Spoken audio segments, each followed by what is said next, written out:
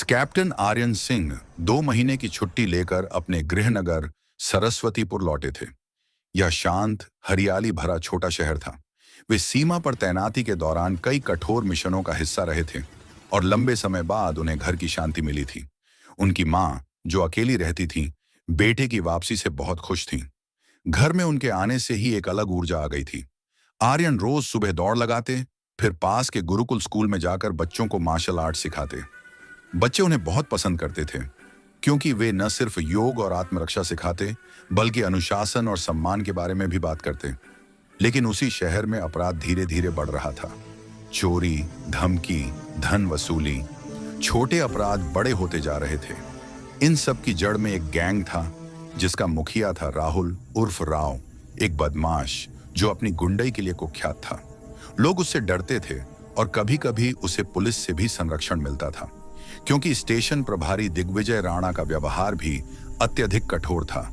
कानून को अपनी तरह से चलाने वाले अफसर के रूप में उनकी एक दिन सुबह की दौड़ लगाकर कैप्टन आर्यन वापस लौट रहे थे।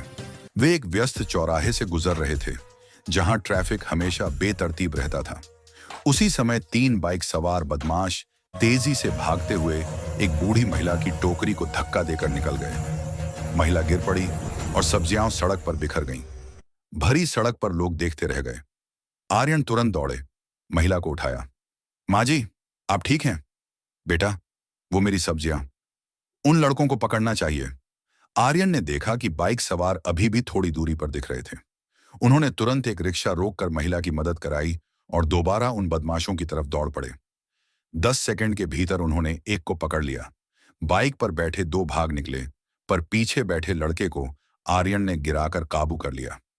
बदमाश छूटने की कोशिश में चीखा, छोड़ो मुझे, मैं देख लूंगा। आर्यन ने सख्त आवाज में कहा, शांति से बैठो, तुमने एक वृद्ध को चोट पहुंचाई है। उसी समय पुलिस की जीप वहां पहुंची। अंदर बैठे थे इंस्पेक्टर दिग्विजय राणा। उन्होंने बिना स्थिति समझे आदेश दिया, अरे, ये भीड़ में किसे मार रहे हो? तुम कौन हो? आर्यन ने शांत स्वर में कहा, मैं कैप्टन आर्यन सिंह, भारतीय सेना से। यह लड़का अभी बुजुर्ग महिला को टक्कर मारकर भाग रहा था। लेकिन दिग्विजय पहले से गुस्से में थे। उन्होंने सोचा कि कोई आम आदमी बेवजह सड़क पर तमाशा कर रहा है। ओहो, बड़ा आया सेना वाला, अभी तुम्हें बताता हूं कि यहां कानून कौन चलाता है। बिना एक पल सोचे, गुस्से में भरकर दिग्विजय ने कैप्टन आर्यन को जोरदार थप्पड़ मार दिया। पूरा चौराहा स्तब्ध हो गया। सबको समझ आ गया कि पुलिस ने बड़ी गलती कर दी है। आर्यन ने थप्पड़ खाया, लेकिन उनकी आंखों में क्रोध नहीं, बल्कि नीतिपूर्ण मौन था। उन्होंने बस इतना कहा, इंस्पेक्टर साहब, आपने सिर्फ मुझे नहीं, बल्कि इस वर्दी को थप्पड़ मारा है। इसका जवाब अभी नहीं, लेकिन समय आने पर मिलेगा। कैप्टन को थप्पड़ मारने की खबर आग की तरह फैल गई। लोगों में गुस्सा था, क्योंकि वे जानते थे कि आर्यन कितना सम्मानित इंसान है। उसके बाद पुलिस स्टेशन में हलचल मच गई। कुछ जवानों ने तो दबी आवाज में कहना भी शुरू कर दिया, साहब से बड़ी गलती हो गई। वो सेना का कैप्टन था, वो भी सम्मानित अफसर। दिग्विजय भी अंदर से थोड़ा असहज महसूस कर रहे थे, लेकिन उनकी अकड़ उन्हें माफी मांगने नहीं दे रही थी। उधर आर्यन अपने घर लौटे और पूरी घटना अपनी मां को बताई। मां की आंखों में आंसू आ गए। बेटा, तुमने जवाब क्यों नहीं दिया? मां, वर्दी पहनने वाले बदला नहीं लेते, वे न्याय दिलाते हैं, और मुझे यकीन है समय खुद जवाब देगा। इसी दौरान शहर में एक बड़ी वारदात हो गई। शाम को बाजार में राव गैंग ने एक दुकानदार से भारी उगाही की। विरोध करने पर उसे घायल कर दिया। जब लोग शिकायत लेकर थाने पहुंचे तो दिग्विजय ने ध्यान नहीं दिया, क्योंकि राव उनसे मिला हुआ था। यह बात पूरे शहर को पता थी, लेकिन कोई बोलने की हिम्मत नहीं करता था। कैप्टन आर्यन को जब यह खबर मिली तो उन्होंने ठान लिया कि अब वे चुप नहीं बैठेंगे। आर्यन अगले दिन सीधे थाना पहुंचे। उन्होंने दिग्विजय के सामने खड़े होकर कहा, इंस्पेक्टर साहब, मुझे शहर में बढ़ते अपराध की जानकारी मिली है। मैं आपकी मदद करना चाहता हूं। दिग्विजय ने ताना मारा, मदद? तुम्हारी जरूरत नहीं है सेना वाले, यह पुलिस का मामला है।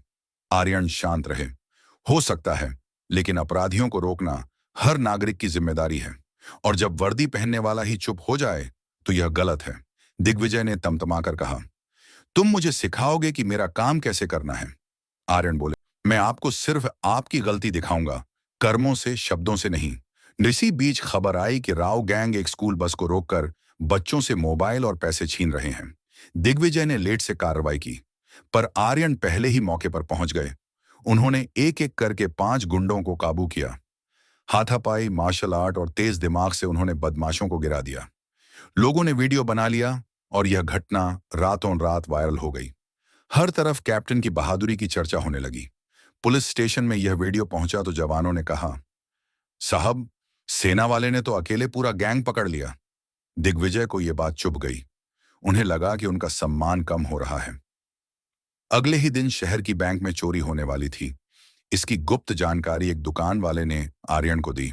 दिग्विजय को भी इस बारे में सूचना मिली, पर उन्होंने सोचा कि शायद सेना वाला फिर से बचाव कर लेगा। इससे उनकी बेइज्जती होगी। इसलिए उन्होंने अपने सिपाहियों को कहा, आज कोई भी वहां नहीं जाएगा। देखता हूं वो कैप्टन कितना बड़ा हीरो है। लेकिन आर्यन वहां पहले से मौजूद थे। उन्होंने पूरी तैयारी की, गुपचुप बैंक की सुरक्षा व्यवस्था जांची, पीछे से जाने का रास्ता ढूंढा। जब बदमाश बैंक में घुसे, आर्यन ने अकेले ही पूरा ऑपरेशन संभाल लिया। चोरी को रोका, 2 अपराधियों को पकड़ लिया और 3 को बाहर निकलने से रोक दिया। बाद में पुलिस आई, पर सिर्फ अपराधियों को पकड़ने। एक बार फिर कैप्टन का नाम सुर्खियों में। इंस्पेक्टर दिग्विजय का गुस्सा अब शर्म में बदल रहा था। उन्हें महसूस हुआ कि उनका व्यवहार गलत था, परंतु अंदर का अहंकार उन्हें माफी मांगने से रोक रहा था। एक दिन रात को वे अकेले बैठकर सोच रहे थे, क्या मैं सच में इतना गिर गया कि अपराधियों के साथ खड़ा हो गया? क्या मेरी वर्दी की इज्जत सिर्फ एक थप्पड़ में रह गई? यहीं से उनके मन में बदलाव शुरू हुआ। अगली रात शहर में सबसे बड़ी घटना होने वाली थी। राव गैंग ने पूरे शहर के बाजार में आग लगाने की योजना बनाई थी, क्योंकि गिरफ्तारियों से गुस्से में वे दहशत फैलाकर शहर पर अपना दबदबा बनाना चाहते थे। आर्यन को यह सूचना मिली। उन्होंने तुरंत दिग्विजय को फोन किया, इंस्पेक्टर साहब, आज बड़ी वारदात होगी, हमें मिलकर कार्रवाई करनी होगी। दिग्विजय ने लंबे मौन के बाद कहा, मैं आ रहा हूं कैप्टन। इस बार साथ में। उनके स्वर में पहली बार सम्मान था। रात के 12 बजे आर्यन, दिग्विजय और 10 पुलिस जवान बाजार में छिपकर इंतजार कर रहे थे। राव गैंग के 20 से 25 लोग आए, हाथों में पेट्रोल बम, लोहे की रॉड, हथियार। दिग्विजय ने आदेश दिया, कैप्टन, आपकी योजना क्या है? आर्यन ने मुस्कुराया, आप आदेश दें, मैं पालन करूंगा। यह सुनकर दिग्विजय की आंखें भर आईं। एक सैनिक पुलिस को ऐसा सम्मान दे रहा था, जबकि पुलिस ने उसे थप्पड़ मारा था। युद्ध जैसा मुकाबला शुरू हुआ। आर्यन सामने से भिड़े। दिग्विजय ने अपने जवानों को सही समय पर घेरा डालने का आदेश दिया। कुछ मिनट में पूरा गैंग काबू में आ गया। अंत में राव भागने लगा, लेकिन दिग्विजय और आर्यन दोनों ने मिलकर उसे पकड़ लिया। यह जीत सिर्फ पुलिस या सेना की नहीं, शहर की जीत थी। अगली सुबह पुलिस स्टेशन में सभा बुलाई गई। शहर के लोग, मीडिया, बच्चे सब मौजूद थे। दिग्विजय ने माइक उठाया, आज मैं एक बात स्वीकार करना चाहता हूं। सन्नाटा। कुछ दिन पहले मैंने गलतफहमी और गुस्से में एक सेना अधिकारी को थप्पड़ मारा था। वह मेरी जिंदगी की सबसे बड़ी गलती थी। लोग हैरान थे कि इतना कठोर इंस्पेक्टर यह कह रहा है। उन्होंने आगे कहा, कैप्टन आर्यन ने बदले में मुझे थप्पड़ नहीं लौटाया, बल्कि अपने कर्मों से मुझे आईना दिखाया। आज मैं तहे दिल से उनसे माफी मांगता हूं। फिर उन्होंने मंच से नीचे उतरकर कैप्टन के सामने आकर कहा, कैप्टन साहब, मुझे माफ कर दीजिए। आर्यन ने उनका हाथ पकड़कर कहा, इंस्पेक्टर साहब, देश की हर वर्दी सम्मान की हकदार है। हम दोनों का लक्ष्य एक ही है, इस देश की रक्षा। लोगों ने तालियां बजाईं। वह पल शहर के लिए ऐतिहासिक था। उस दिन के बाद सरस्वतीपुर में अपराध लगभग समाप्त हो गया। दिग्विजय राणा शहर के सबसे सम्मानित पुलिस अधिकारी बन गए, क्योंकि बदलाव का पहला कदम उन्होंने खुद उठाया। कैप्टन आर्यन के गांव से लौटते समय पूरा शहर उन्हें विदाई देने आया। एक बुजुर्ग महिला ने उनका हाथ पकड़कर कहा, बेटा, तुमने इस शहर को नया जीवन दिया है। आर्यन मुस्कुराए, मैंने कुछ नहीं किया माँ जी, बस हर गलती को सही करने का मौका भगवान देता है और इंसान को उसका उपयोग करना चाहिए। समापन। यह कहानी सिर्फ पुलिस बनाम सेना की नहीं है। यह सम्मान, अनुशासन, क्षमा और बदलाव की कहानी है।